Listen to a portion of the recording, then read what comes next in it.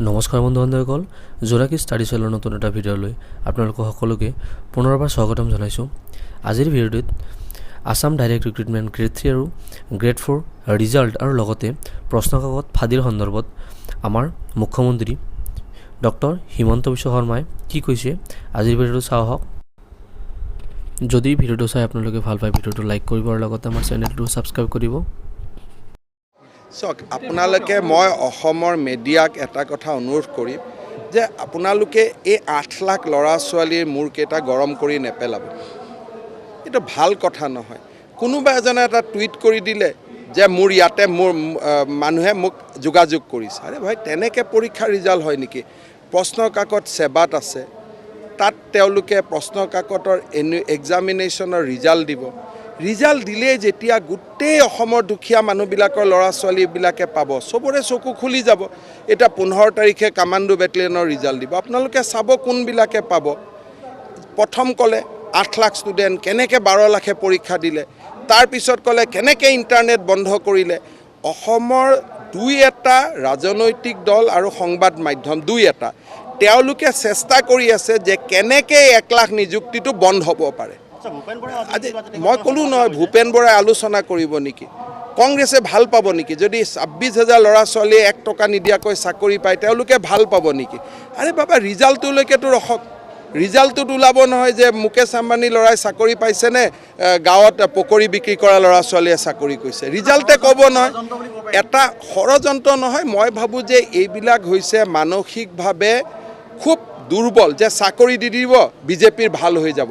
আৰে বিজেপিৰ ভাল নহয়, 26,000 দৰিদ্ৰ পৰিয়ালৰ ঘৰত খোৱা বোৱাৰ এটা পথ উজ্বলিব। তেওঁলোকৰ পিতৃ মাতৃ অপেক্ষা কৰি আছে। এজন ল'ৰাই কৈছে যে মোৰ প্ৰাক্তন বিধায়কে পইচা খুজিছে। প্ৰাক্তন বিধায়কৰ নাম সুধিছোঁ, কয় নাম নাজানো। আৰু এনেকৈ কিবা গাড়ীত আহিব পাৰে নেকি? এইখন কি জেমছ বণ্ডৰ চিনেমা নেকি যে কোনোবাই গাড়ী নম্বৰ এটা, যদি কালি মোৰে গাড়ী নম্বৰটো কৈ দিলে, এইটো কি মোৰ লগত সম্পৰ্ক কি? এটা জেমছ বণ্ডৰ ফিল্ম নেকি এইখন? কি জানে আপোনাৰ গাড়ী নম্বৰটোৱে কৈ দিয়ে। আৰে বাবা, পৰীক্ষাৰ প্ৰশ্ন কেইটা ওলাল, ক'ত পালোঁ? ফাদিল হ'ল যদি কোনে ফাদিল কৰিলে? টকা দিলোঁ যদি কাক দিলোঁ? নামটোতো লাগিব। এনেকৈ অসমৰ দুই এটা মিডিয়াই যিটো উৎপাত কৰিছে, ল'ৰা ছোৱালীবিলাকে পগলা হৈ যাব নহয়। 8 লাখ ল'ৰা ছোৱালী নাপায় নহয়। আৰু এইবোৰ কাম কৰিব পায় নেকি? আজি এজন ল'ৰাই কৈছে, টুইট কৰিছে যে মোৰ ওচৰত আহি কৈছে। আৰে তেনেকৈতো দালাল অসমত অভাৱ আছে নেকি? আজি অসমততো দালালৰ কোনো অভাৱ নাই। চবেই ক'ব যে মই চাকৰি দিব পাৰিম, টকা দিয়ক। কিন্তু তেওঁলোকে টকা লোৱাকেইটাই চাকৰি পাব নেকি? সেইটোতো অপেক্ষা কৰিব লাগিব ন ৰিজাল্ট দিয়ালৈকে। এটা চাওক, চৰকাৰী কৰ্মচাৰী হ'ল আপোনাৰ মোৰ দেউতা ভাই।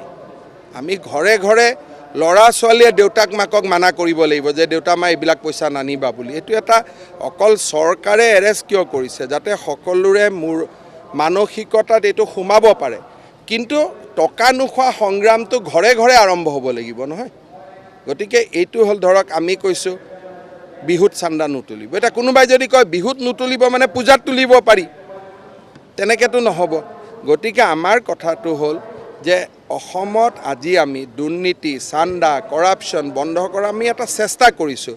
ৰাইজে সহযোগিতা কৰিব লাগিব। সংবাদ মাধ্যমৰ এটা ডাঙৰ গুৰুত্বপূৰ্ণ ভূমিকা আছে। কিয় আজি প্ৰথম দিনাৰ পৰাই 2টামান সংবাদ মাধ্যমে চেষ্টা কৰি আছে। প্ৰথম ক'লে ইণ্টাৰনেট কিয় বন্ধ কৰিব লাগে, তাৰপিছত ক'লে 9 লাখ ল'ৰা ছোৱালী 12 লাখ কেনেকৈ পৰীক্ষা এমপ্লয়মেণ্ট এক্সচেঞ্জত আহিলে।